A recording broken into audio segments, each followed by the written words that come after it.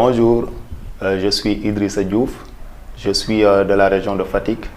Je vais vous parler du métier de technicien en maintenance et réseau.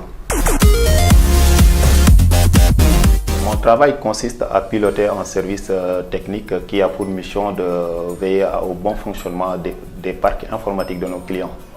Donc, un parc informatique peut composer plusieurs outils informatiques comme un ordinateur, une imprimante ticket de caisse, un zipper ou un lecteur code barre et toute autre chose qui peut se connecter en réseau, etc.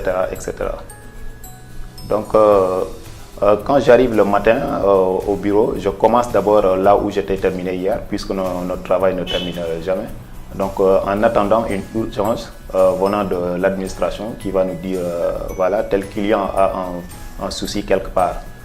Il va falloir aller voir ça. Et sur le champ, on décampe, on va chez le client.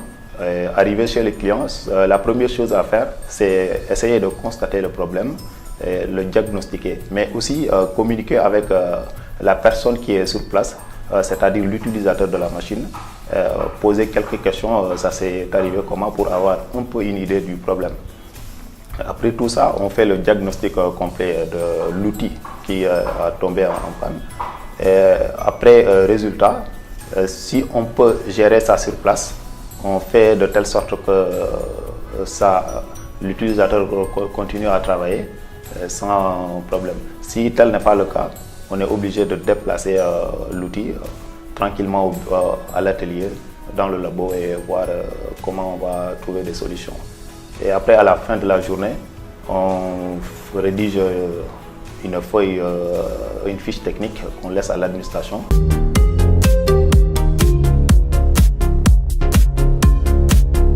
C'est un ami qui m'a informé, et quand il m'a parlé de ça, il m'a demandé un dossier. J'ai fait de telle sorte que le dossier soit complet, je l'ai remis ça, il a géré ça pour moi.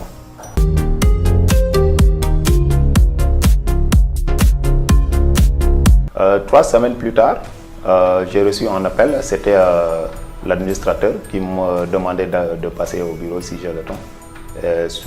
Sur le coup, je me suis levé pour prendre mes fringues et aller le rejoindre. Arrivé là-bas, ils m'ont bien reçu, ils m'ont donné un café, ils m'ont demandé même de sourire, j'étais un peu crispé. Donc on a bavardé, il m'a posé beaucoup de questions. Et une question qui m'a un peu marqué, c'est combien voulez-vous qu'on vous paye? Donc là, j'avais reçu déjà des conseils de mes profs qui étaient pas mal du tout. On m'avait déjà conseillé de ne jamais parler du salaire en entretien d'embauche. Donc j'ai refusé de faire un choix. Donc ils m'ont dit que beaucoup de techniciens ont passé par là et ils n'ont pas duré. Donc j'espère que si vous réussissez à avoir le poste, vous allez faire un peu de temps.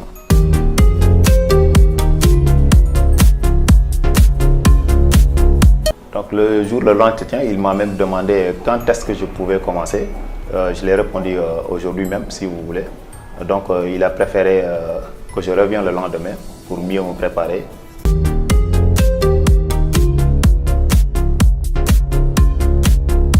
Je leur conseille de se former bien, de se former très bien et essayer de savoir de quoi il s'agit. D'abord, avant de venir, je leur conseille de savoir de quoi il s'agit et quelle est notre mission d'abord.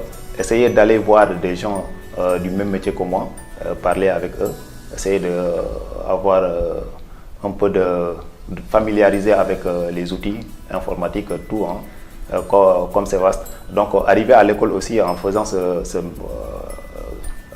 formation, il ne faut pas juste rester à l'école. Et ne lâchez jamais vos profs. Il faut comprendre coûte que coûte avant de quitter là-bas. Et il faut qu'ils sachent qu'on ne peut pas tout comprendre aussi à l'école. Il faut faire la recherche. Puisque mes profs me disaient, l'informatique c'est la science qui se met à jour tous les jours. Donc on ne peut pas tout vous donner. Il faut chaque fois faire la recherche et la formation. Il faut être responsable. Il faut avoir de l'éthique. Ça, c'est des conseils que mes profs me donnaient. C'est ces mêmes conseils-là que je leur donne. Merci, c'est un job.